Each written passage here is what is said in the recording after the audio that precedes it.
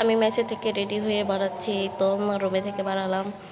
তারপরে রুমে থেকে বাড়ানোর পর মেসের সবাইকে বললাম থাকো, ওই যে একজনকে দেখলাম ও বলেছে কোথায় যাচ্ছেন আপু, আমি বললাম শ্বশুর বাড়িতে। তারপরে তো বাইকে আসলাম, জুতা পরলাম, আমার জুতাটা খুঁজে পাচ্ছিলাম। তারপরে এখান থেকে একটা জুতা নিলাম, নিয়ে তারপরেই তো বাড়ালাম। রাস্তায় বেরিয়ে দেখি প্রচুর রোদ, কিন্তু কোনো রিস্কা নেই, কোনো কিছু নেই।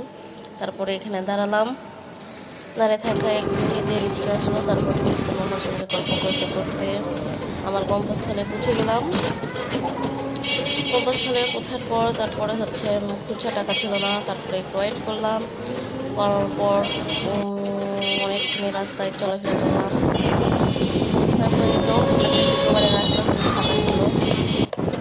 খুবই ফাঁকা ছিল। তারপরে দেখলাম খুঁজে খুঁজে 20 টাকা আছে। তারপরে তো বের করে রিক্সা মামাকে 20 টাকা দিয়ে, যে আমার বরের গাড়ি।